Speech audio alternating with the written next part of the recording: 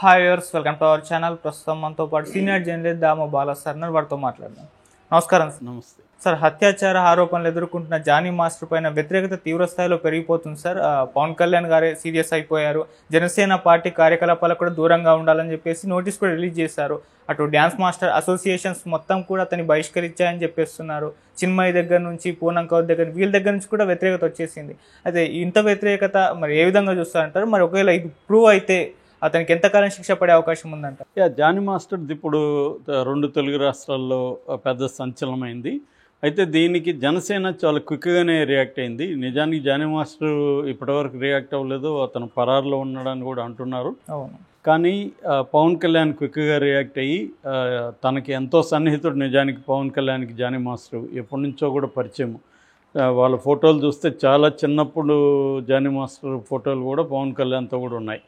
So అంత దగ్గర ఉన్నప్పటికీ అందులో జనసేన తరపున ప్రచారం కూడా చేశాడు. అయినప్పటికీ కూడా పవన్ కళ్యాణ్ ఒక అమ్మాయి ఇలాంటి ఆరోపణలు చేసింది, ముఖ్యంగా అసిస్టెంట్గా పనిచేసిన అమ్మాయి కాబట్టి అతన్ని మీద చర్య తీసుకోవాలని ఆదేశించినట్టు తెలిసింది. దాంతో వాళ్ళు బహిష్కరణ అంటున్నారు, కానీ బహిష్కరణ కాదు లేదా సస్పెండ్ కాదు, ఓన్లీ జనసేన కార్యకలాపాలకు దూరంగా ఉండాలి అని మాత్రమే ఉంది. Vemulapati Ajith Kumar head conflict management పేరుతో జనసేన లెటర్లో ఇది ఉంది, లెటర్ హెడ్లో ఉందన్నమాట. సో అంటే కాన్ఫ్లిక్ట్ మేనేజ్మెంట్ అనే ఒక వింగు ఉన్నట్టుగా మనకు అర్థమవుతుంది. అంటే విత్ ఇన్ ద పార్టీలో కాన్ఫ్లిక్ట్ మేనేజ్మెంట్, మేబీ అది క్రమశిక్షణ కమిటీకి వేరే పేరు పెట్టుకొని చేశారా అనేది కూడా అనిపిస్తుంది అన్నమాట. ఏదేమైనా వాళ్ళు చెప్పింది ఆ లెటర్ హెడ్లో ఏముందంటే, ఇతని ఇట్లా ఆరోపణలు వచ్చిన రీత్యా ఇతన్ని మేము పార్టీకి కార్యకలాపాలకు దూరంగా ఉండమని ఆదేశిస్తున్నాం అని మాత్రమే చెప్పారు. అంటే సస్పెండ్ చేసినట్టు కాదు, బహిష్కరించినట్టు కాదు, పార్టీలోనే ఉన్నాడు అతను, పార్టీ కార్యకలాపాలకు దూరంగా ఉండమని చెప్పారు. అంటే ఇది నేనైతే దీన్ని సపోర్ట్ చేస్తున్నాను. ఎందుకంటే ఒక వ్యక్తి మీద ఆరోపణలు రాగానే అతను దోషి అని చెప్పి అతన్ని సస్పెండ్ చేయడము, అతన్ని పార్టీ నుంచి బహిష్కరించడం కరెక్ట్ కాదు. ఎందుకంటే ఆరోపణలు వేరు, నేరం చేసినట్టు రుజువు కావడం వేరు. ఆరోపణలు ఏముంది, ఇవాళ పొలిటికల్ వెండట్టాలు వచ్చేసిన కాలంలో ఎవరెవరి మీదైనా ఆరోపణ చేసేది. అవును, కాబట్టి ఆరోపణ చేసినంత మాత్రం అతను దోషులాగా ట్రీట్ చేయడం అనేది కరెక్ట్ కాదు. కాబట్టి పవన్ కళ్యాణ్ తీసుకున్న నిర్ణయం కరెక్ట్గానే ఉంది. అట్ ద సేమ్ టైం ఆరోపణలు ఉన్నంతకాలం వీటిలోంచి బయటపడే వరకు కూడా అతన్ని పార్టీకి దూరంగా ఉంచడం కూడా అవసరం. ఇది లీగల్గా ప్రాబ్లం కాకపోవచ్చు, కానీ మోరల్గా పార్టీకి రేపు చెడ్డ పేరు వస్తుంది. కాబట్టి ఆల్రెడీ వైసీపీ వాళ్ళు అటాక్ చేయడం మొదలుపెట్టారు. ఈవెన్ ఆమెవరు కాదంబరి జత్వాని కేసు మాత్రం పెద్ద ఎత్తున మీరు ఇది చేస్తున్నారు, మరి దీన్ని ఎందుకు మీరు పెద్ద ఎత్తున పట్టించుకోవట్లేదు, ఇది మాత్రం సైలెంట్గా ఉండాలని వాళ్ళు ఆల్రెడీ వైసీపీ వాళ్ళు అడుగుతున్నారు. దాంట్లో న్యాయం కూడా ఉంది ఆ ప్రశ్నలో. ఎందుకంటే వేరే ఎక్కడో ముంబైలో ఉండే ఒక అమ్మాయికి అన్యాయం జరిగిందని పోలీస్ ఆఫీసర్లను సస్పెండ్ చేసి ఇంత స్థాయిలో మీడియా, తెలుగుదేశం మీడియా అంతా ప్రచారం చేస్తుంటే దాని మీద పవన్ కళ్యాణ్ కూడా ఏం మాట్లాడలేదు. ఇప్పుడు సొంత మనిషి, సొంత పార్టీ వాడు, అతని మీద సొంత అసిస్టెంట్ కొరియోగ్రాఫర్ నా మీద ఏళ్ల తరబడి తను అత్యాచారం చేస్తున్నాడు, భయపెడుతున్నాడు, గాయపరిచాడు అని అనేకసార్లు అని కంప్లైంట్ చేసింది, ఎఫ్ఐఆర్ కూడా నమోదైపోయింది. సో దీని మీద ఎందుకు స్పందించలేదనే విమర్శలు పవన్ కళ్యాణ్ మీద ఉన్నాయి. అందుకని పవన్ కళ్యాణ్ క్విక్గా రియాక్ట్ అయ్యి అట్లీస్ట్ పార్టీకి దూరంగా ఉండమని చెప్పాడు.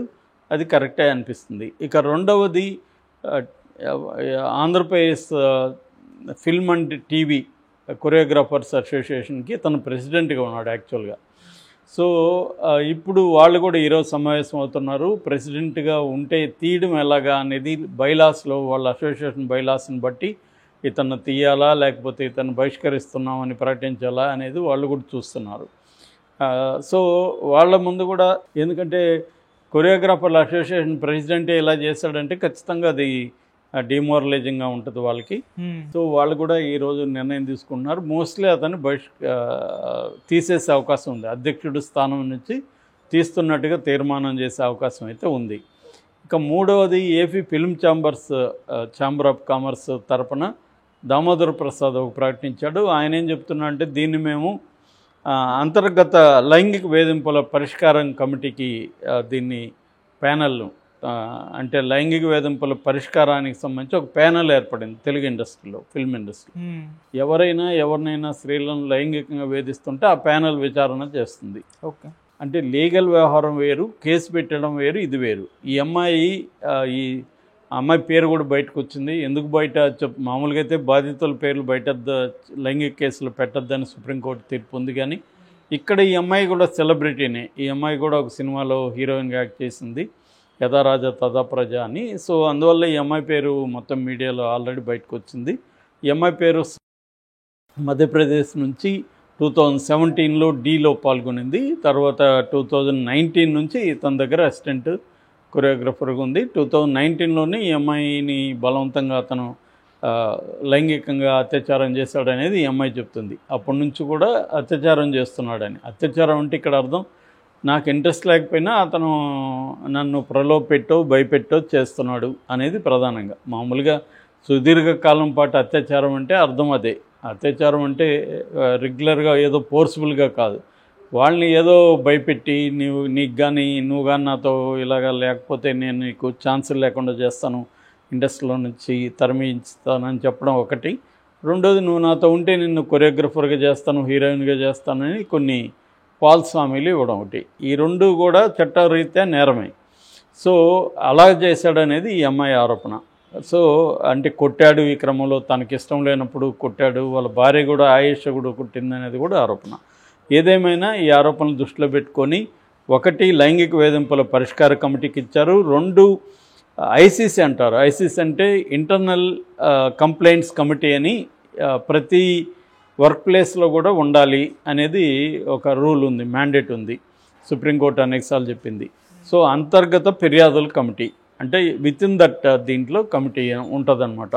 దానికి కూడా అప్పగించారు వీళ్ళు ఇండస్ట్రీలో. సో వీళ్ళు ఇప్పుడు ఈ రెండు బాడీలు కూడా ఎంక్వైరీ చేసి అమ్మాయి ఆరోపణలో నిజమెంతో తేల్చి, ఒకవేళ నిజం ఉంటే అతని మీద ఇండస్ట్రీ పరంగా చర్యలు తీసుకుంటారు. అంటే ఇతను సినిమాల నుంచి బ్యాన్ చేయడం కావచ్చు, కొరియోగ్రఫర్గా ఉండడానికి లేదు, దీన్నే మళ్ళీ వేరే ఇండస్ట్రీ, ఇతను తమిళ్, హిందీ, కన్నడ కూడా చేస్తున్నాడు కాబట్టి ఆల్ ఇండియా ఫిల్మ్ ఛాంబర్ కూడా రికమెండ్ చేస్తారు. సో ఇతను ఓవరాల్గా ఇండియాలో ఏ సినిమాలకు కూడా కొరియోగ్రఫర్గా పనిచేయడానికి వీల్లేని పరిస్థితిని క్రియేట్ చేస్తారు ఎప్పుడు ఇది నిజమని తేలితే. సో అది ఇది చేశారు. దీంతోపాటు మెల్లగా ఇతనికి యాంటీగా వాయిస్లు అనేవి రైజ్ అవుతున్నాయి. చిన్మయి శ్రీపాద, ఆమె మనకు తెలిసి ఇట్లాంటి విషయాల్లో ముందు స్పందిస్తుంది. సో ఆమె ఇప్పటి నుంచో తమిళ ఇండస్ట్రీలో ఉండే ఇట్లాంటి అనేక విషయాల మీద పోరాడుతుంది. ఆమె స్పందించి ఆమె ఏమనిందంటే, ఈ అమ్మాయి పరిస్థితి చూస్తే ఇతను ఆమె టీనేజ్లోనే స్టార్ట్ చేసినట్టున్నాడు, ఆ రకంగా వచ్చినప్పుడు ఇది పోక్సో కేసు కూడా వర్తిస్తుంది, అంటే పిల్లలకు సంబంధించి బాలికల మీద అత్యాచారానికి సంబంధించి పోక్సో కేసు కూడా వర్తిస్తుంది అనేది ఆమె అభిప్రాయంగా చెప్పింది. ఆమెకు పోరాడే శక్తి రావాలని కోరుకుంటున్నానని కూడా అనింది. అట్లాగే మన ఎవరు పూనం కౌర్ అయితే అసలు ఇతన్ని ఇంకా జానీ మాస్టర్ అని పిలవడం ఆపేసేయండి, ఎందుకంటే మాస్టర్ అనే పదానికి అర్హుడు కాదు ఇతను, జానీ భాష అని మాత్రమే పిలవండి అనేది కూడా ఆమె ఇచ్చింది. ఆమె ఏంటంటే పవన్ కళ్యాణ్కి యాంటీగా ఎప్పుడు ఛాన్స్ వచ్చినా స్పందిస్తుంది, ఆ యాంగిల్లో స్పందించిందని మనం అనుకోవచ్చు. ఓకే. ఏదేమైనా ఓవరాల్గా అయితే ఇప్పటి వరకు ఇండస్ట్రీలో మిగతా హీరోయిన్లు కానీ టెక్నికల్గా పనిచేసే స్త్రీలు కానీ ఎవరు కూడా ఇప్పటివరకు అయితే స్పందించలేదు దీని పట్ల. ఎందుకంటే ఇప్పుడు ఇతనికి తమిళ సినిమాలో నేషనల్ అవార్డు వచ్చింది, ఇక్కడ కూడా అనేక సినిమాల్లో బుట్టబొమ్మ లాంటి సినిమా పాటలు చేశాడు. సో వాళ్ళెవరూ కూడా స్పందించట్లేదు. ఇతనికి నేషనల్ అవార్డు వచ్చినప్పుడు పొగిడిన వాళ్ళందరూ కూడా స్పందించట్లేదు. అలాగే జనసేనలో కూడా ఎవరు కూడా ఈవెన్ పవన్ కళ్యాణ్ స్టేట్మెంట్ ఇవ్వడం కానీ ట్వీట్ చేయడం కానీ ఏమీ చేయలేదు. ఓన్లీ ఇందాక చెప్పిన కాన్ఫ్లిక్ట్ రెజల్యూషన్ కమిటీకి సంబంధించిన వేములపాటి అజిత్ కుమార్ మాత్రం ప్రకటించాడు తప్ప పవన్ కళ్యాణ్ పర్సనల్గా ఒక ట్వీట్ చేయడం కానీ దీని మీద అభిప్రాయం చెప్పడం కానీ ఏమీ చేయలేదు.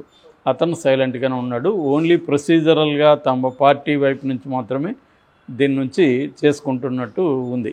ఓవరాల్గా ఇంకో వైపు చూస్తే ఇతను పారిపోయాడు. సో అందుబాటులో మామూలుగా అయితే పోలీసులు ఈమె పెట్టిందైతే కేసు రాయదుర్గంలో, బట్ ఇతను ఉండేది నార్సింగ్లో కాబట్టి నార్సింగ్ పోలీస్ స్టేషన్కి వీళ్ళు అప్పగించారు.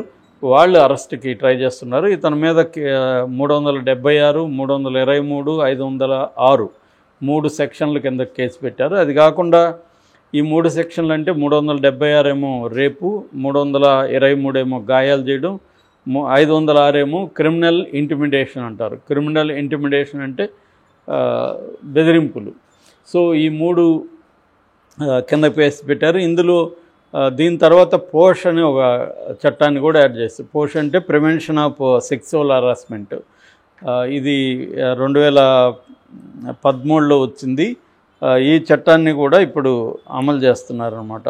అంటే sexual harassment of women at work place, prevention, prohibition and redressal, అది పూర్తిగా చట్టం పేరు. ఇది 2023లో వచ్చింది. ఈ చట్టాన్ని కూడా ఇప్పుడు పెడుతున్నారు ఇతని మీద. ఈ చట్టం కింద అయితే 3 ఏళ్ళు గరిష్ట శిక్ష పడే అవకాశం ఉంది. కానీ ఇతనికి 376 కానీ ప్రూవ్ అయితే, అంటే ప్రూవ్ అయితే మాత్రం, ఇదేమో హరాస్మెంట్ కిందకు వస్తుంది. ప్రూవ్ అయితే మాత్రం, అంటే ఈ అమ్మాయికి ఇష్టం లేకుండా